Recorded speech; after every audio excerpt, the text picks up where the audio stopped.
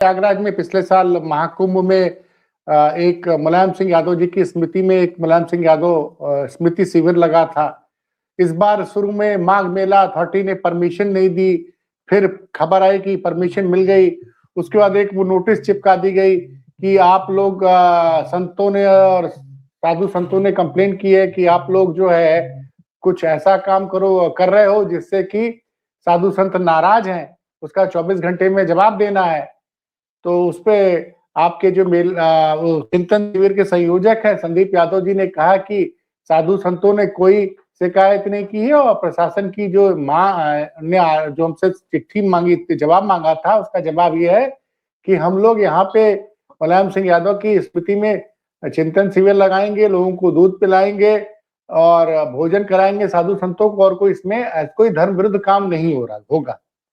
तो इसको आप क्या मानते हैं कि भाई क्यों मुलायम सिंह यादव के चिंतन शिविर को पहले परमिशन क्यों नहीं दी गई, जब बाद में हल्ला मचा उसके बाद दिया गया? तो ऐसी चीजों पे क्या कहना है? क्या मुलायम सिंह यादव के, नहीं सुनिए, मुलायम सिंह यादव के चिंतन शिविर से उनको ये लग रहा है कि हिंदू वोट कहीं बट तो नहीं जाएगा? अरे हिंदू वोट तो बट गया, उसमें कोई बटने वाला का, वो तो पहले से ही बटा है। दलित पिछड़े अल्पसंख्यक, उसमें कौन सी बड़ी बात है? उन दलित पिछड़े अल्पसंख्यकों के खिलाफ ही तो योगी आदित्यनाथ का मुहिम है। पूरा एक तरफ से उनकी जान माल की पूरा नुकसान करने का षड्यंत्र है। लेकिन ये बड़ा दुर्भाग्यपूर्ण है कि एक महान शख्सियत जिसको भारत सरकार ने भी एक पुरस्कार से नवाजा, भारत का पद्म विभूषण दिया दूसरा सबसे, योगी हाँ, मोदी सरकार ने दिया। पद्म विभूषण, हाँ, हाँ, पद्म विभूषण की से नवाजे गए और देश के रक्षा मंत्री रहे, मुख्यमंत्री रहे, और किसी साधु समान व्यक्ति से बड़ा व्यक्तित्व रखने वाले श्रद्धेय नेताजी थे। मैं इसलिए ये बात कर रहा हूँ तुलनात्मक दृष्टिकोण से। वो साधु नहीं थे, लेकिन उन्होंने उस साधु के जीवन को अपने जीवन में उतारा कि कैसे लोगों का दुख दर्द, साधु का मतलब क्या होता है? किसी की पीड़ा को समझना। साधु का मतलब होता है किसी के दुख को हर लेना। साधु का मतलब होता है कि किसी की समस्या का समाधान कर देना। साधु का मतलब होता है कि उसके दुख में दुखी हो जाना और उसके सुख में सुखी हो जाना और एक नया रास्ता दिखा देना। यही तो साधु का काम होता है। तो सिद्धे नेताजी किसी साधु से कम थे क्या? आपका जीवन तो इतना लंबा रहा है, आपने नेताजी को हर उस दशक में देखा होगा, समझा होगा, जब से आप जानने वाले हुए कि उन्होंने क्या किया। मैं एक बात बताता हूँ, साधु मतलब या तमाम सारे ऐसे लोगों मतलब जो संस्कृत का इस्तेमाल करते हैं, दो संस्कृत विश्वविद्यालयों की मान्यता और उनको फंडिंग देने का काम किसने किया? सिद्धे नेताजी ने। और ये साधु महात्मा, बड़े बड़े पूजा पाठ करने वाले पुरोहित, ये बताओ संस्कृत पढ़ के ही तो करते हैं, अरबी में तो बोलते नहीं है, और ना ही फ्रेंच में बोलते हैं कि फ्रेंच में पूजा पाठ कराते हो।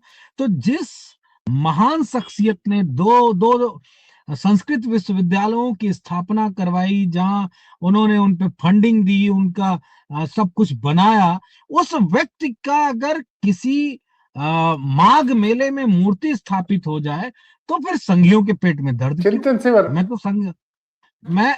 मैं तो संघियों की बात कर रहा हूं।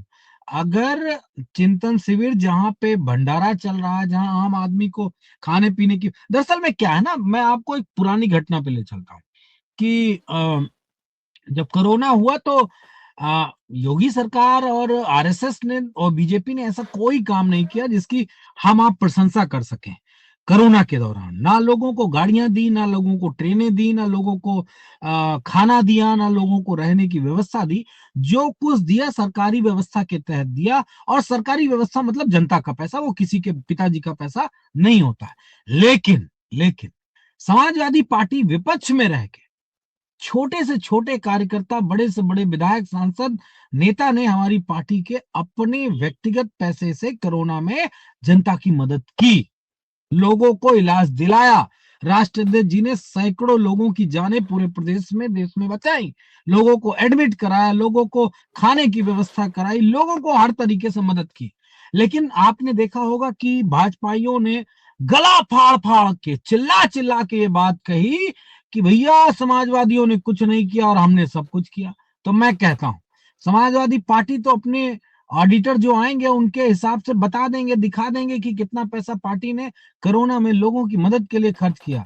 लेकिन क्या बाबा जी अपने मठ से दिखा पाएंगे कितना पैसा खर्च किए थे? बता पाएंगे बीजेपी के नेता कितना पैसा खर्च किए थे? ठीक उसी तरह कि माघ के मेले में अगर वो चिंतन शिविर लग जाएगा सिद्धे नेताजी के नाम से, लोगों को दूध, खाना, भोजन, साधु संतों का सत्कार, बीजेपी का तो लगता नहीं है। हमने रोका है कि अटल बिहारी वाजपेयी जी के नाम मूर्ति तो बड़की लगा दी है, अरे वहां एक बैठाल दो ना, उनकी भी मूर्ति रख दो, कौन मना कर रहा है क्या आप? और जो श्यामा प्रसाद मुखर्जी हैं और भी जो आपके नेता हैं महानुभाव, उनका रख दो, कोई मना कर रहा है क्या कि हम आपको नहीं लगने देंगे?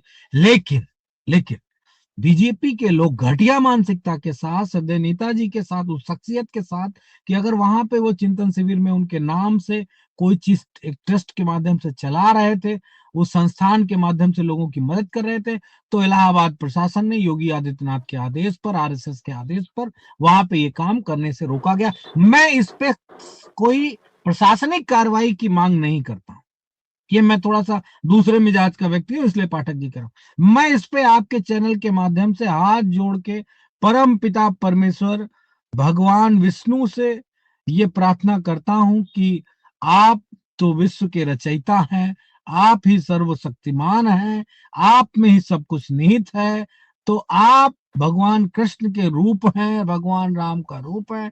आप ये पुण्य काम करने वाले डीएम, एसपी, कमिश्नर, मंत्री, मेला प्रशासन के अधिकारी, मुख्यमंत्री, आरएसएस, बीजेपी के नेता जो ये पुण्य काम करने के लिए रोक रहे हैं, इनको पाप का भागीदारी बनाइएगा जी।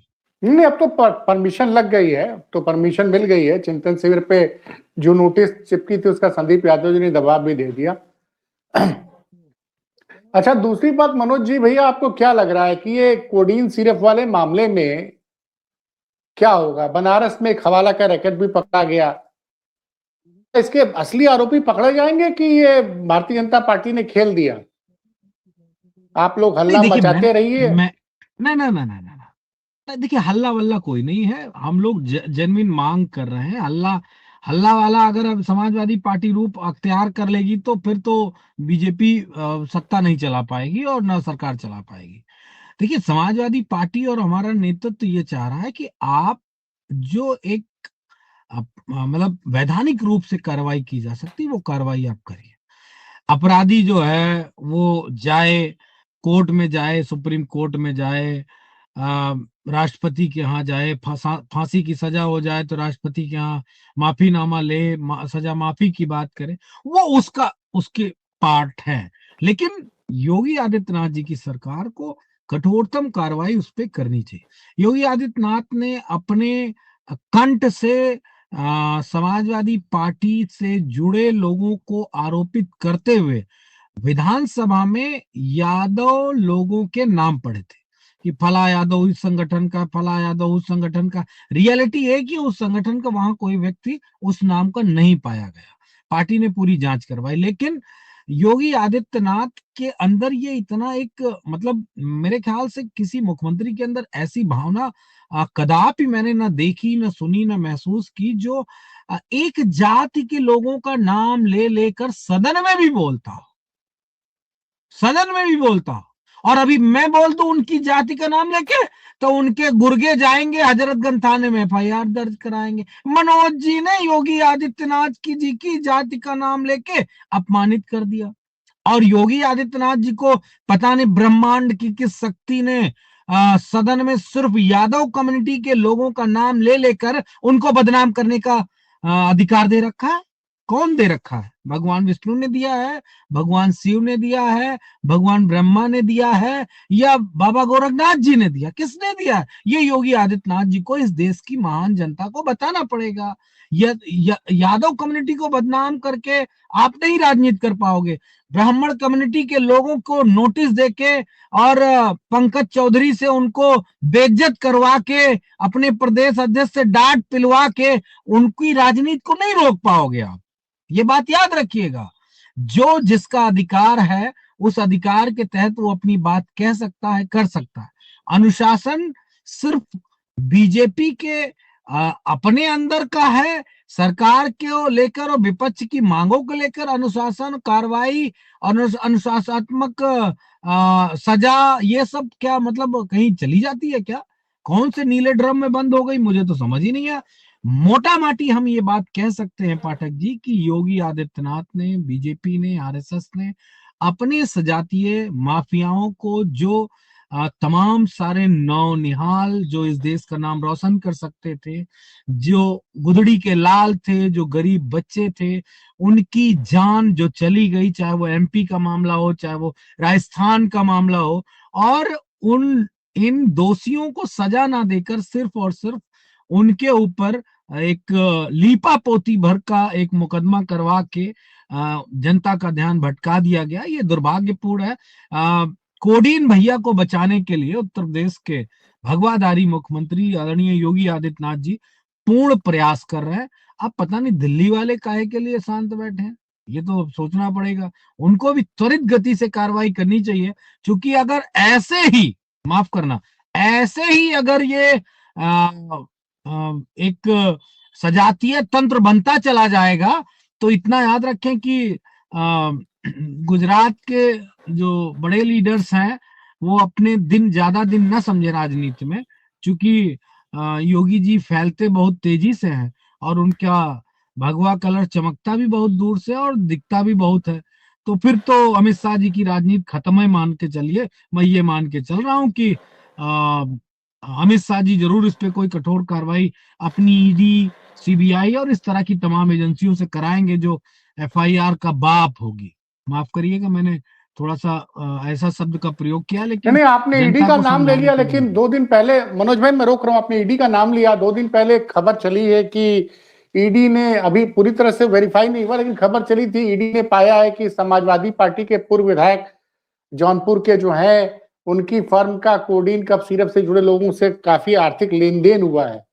अभी इसकी पुष्टि नहीं की, खबर परसों बड़ी जबरदस्त चली थी। तो हो भाई सकता कहीं ना कहीं अब आर्थिक आपके लेन नेता देन, भी देखिए आर्थिक लेन देन पे मेरी कोई अभी प्रतिक्रिया इसलिए नहीं है क्योंकि कोई दस्तावेज प्रस्तुत नहीं किए सरकार ने।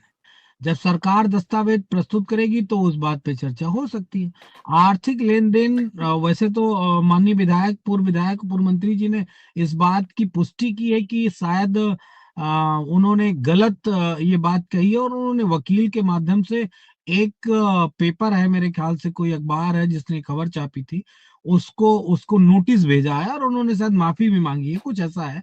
लेकिन अगर ऐसा कोई आर्थिक लेन अच्छा, देन है तो वो उसका स्पष्टीकरण होना चाहिए, निश्चित तौर पे स्पष्टीकरण होना चाहिए। लेकिन वो पहले योगी आदित्यनाथ जी उसके खिलाफ कोई दस्तावेज तो प्रस्तुत करे किसी एजेंसी के सामने। कि हवा हवाई, वैसे यादव नहीं यादव तो चिल्ला ही रहे थे, तो यादव मंत्री, यादव विधायक का नाम भी ले लिया होगा। इसमें कौन सी बड़ी बात, बदनामी तो करना है, उसमें कौन सी बड़ी बात है। नहीं, और मनोज भाई, लगातार सिर्फ बदनामी तो कर रहे हैं। मनोज जी भाई, जो बड़ी बात यह है कि आलोक सिंह, जिनकी करोड़ों की कोठी, आप 10 करोड़ कह रहे हैं, कोई आदमी कह रहा है 30-40 करोड़ की कोठी बनी है, बर्खास्त सिपाही, पता नहीं उसकी कितनी आमदनी थी। तो आलोक सफाई बोल रहे थे योगी आदित्यनाथ जी, तो अखिलेश जी ने कहा था कि अगर वो सफाई भी है तो भी आप बुलडोजर चलाइए, हम परमिशन निश्चित तौर देते हैं कि ये बात हमारे नेता ने बड़े साफगोई के साथ कही थी प्रेस कॉन्फ्रेंस में, और ये बड़ी बात थी। अमूमन राजनेताओं के कंठ से इस तरह की बातें निकलती नहीं है। अगर अपने पार्टी का, अपने दल का अगर आप आरोपित कर रहे हैं कि वो सपाई है, तो हमने तो कह दिया, तब फिर काहे लेट लगा रहे हो। अब तक तो डायनामाइट लगा के उड़ा देते थे, बुलडोजर की जरूरत ही नहीं पड़ती। नीचे डायनामाइट, जैसे वो वहां पे लगाया गया था, माफ करिएगा, याद आ रहा है मुझे, वो कौन सा टावर था नोएडा में, ट्विन टावर, ग्रेटर नोएडा में। ट्विन टावर जो हाँ, सबसे, हाँ, ट्विन टावर दिल्ली वैसे में ही हुआ गिरा था। देते। हाँ, क्या जरूरत बुलडोजर चलाने की, उसमें डीजल बेमतलब जलता, डायनामाइट लगा के बुम उड़ा देते, वो काम खत्म थी। आखिर है तो अच्छा, एक सिपाही, अगर आप, मैं 10 करोड़ कह रहा हूँ, कोई 25 करोड़ कह रहा है, मैं कह रहा हूँ करोड़ों की कैसे बना ली ये हवेली, ये बात महत्वपूर्ण है ना।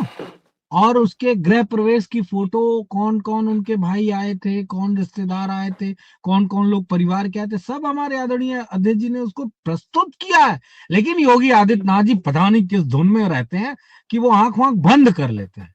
तो बंद कर लिया होगा तो दिखाई नहीं होगा। तो जब दिखेगा नहीं तो फिर कर क्या पाएंगे? तो ना हम कुछ कर पाएंगे, ना आप कुछ कर पाओगे। लेकिन इतना मैं कह सकता हूँ कि आ, शायद योगी आदित्यनाथ जी पूर्ण रूप से लगे हुए हैं बचाने के लिए। और ये मत समझिएगा कि कोई अमित शाह जी से मिलाया होगा तो उस पर कार्रवाई नहीं होगी। ना ना ना ना ना हम्म, ना, अमित हम्म, शाह जी से कोई मिला है या कोई योगी आदित्यनाथ से मिला है या कोई हम्म, किधर भी चला जाए, योगी हम्म, आदित्यनाथ जी के सजातियों पे एफआईआर, जेल और इस तरह की चीजें करने से पहले, और हम्म, खासकर योगी आदित्यनाथ जी के जो बहुत प्रिय लोग हैं, उनके लिए उत्तर प्रदेश की पुलिस, उत्तर प्रदेश के लोग बहुत ही बहुत जिसे कहते हैं ना साफ गोई के साथ बचाते हुए नजर आते हैं। इसमें कोई दिक्कत नहीं। मुझे याद है कि एनआरसी के दौरान जावेद पंप नाम के कोई व्यक्ति थे इलाहाबाद में, और उनका इलाहाबाद डेवलपमेंट अथॉरिटी के नाम से उनका प्लॉट बना था। तो आप कल्पना करो कि इलाहाबाद डेवलपमेंट अथॉरिटी में कोई नक्शे का कितना हेरफेर कर सकता है? कितना? 10%, 5%, 100% तो नहीं कर सकता है। लेकिन उस पूरी जावेद पंप की पूरी कोठी को, जो जावेद पंप के नाम भी नहीं थी, उनके ससुराल पक्ष से दी गई थी और उनकी पत्नी के नाम या बेटी के नाम थी, और वो पूरा मकान ध्वस्त कर दिया था योगी आदित्यनाथ की बुलडोजर ने। तो मैं उम्मीद करता हूँ ये कोठी भी होगी। लेकिन अगर नहीं हुई तो एक बात जान लेना कि योगी आदित्यनाथ जी सबसे बड़े जातिवादी व्यक्ति हैं। उनसे बड़ा जातिवादी पूरे उत्तर प्रदेश के इतिहास में न कोई हुआ होगा और न है। चलिए मनोज जी, आपने बड़े दिन बाद समय दिया। फिर नए साल पे आपसे फिर बातचीत होगी। हमारे दर्शक आपको बहुत पसंद करते हैं। मैं जब बहुत दिनों तक आपका इंटरव्यू नहीं होता तो दर्शक लिखते हैं कि मनोज जी कहाँ हैं भाई। तो नहीं नहीं, बिल्कुल बिल्कुल। हम हमारे तरफ से और हमारे खबर दस्तक के दर्शकों की तरफ से मनोज जी आपको नए साल की हार्दिक शुभकामनाएं। बहुत बहुत धन्यवाद। और आपको आपको आपके चैनल के दर्शकों को, आपके चैनल के सारे साथियों को मेरी तरफ से 2026 की बहुत हार्दिक शुभकामनाएं, बधाई। मैं प्रार्थना करता हूं परम पिता परमेश्वर से कि आप लोगों का जीवन 2026 में बहुत ही आनंदमय हो, जीवन के लक्ष्यों की प्राप्ति हो, और हम सब एक नए सवेरे की चले, नए प्रकाश की तरफ चले, और ऐसे अंधकार रूपी सरकार को मिटाएं। धन्यवाद।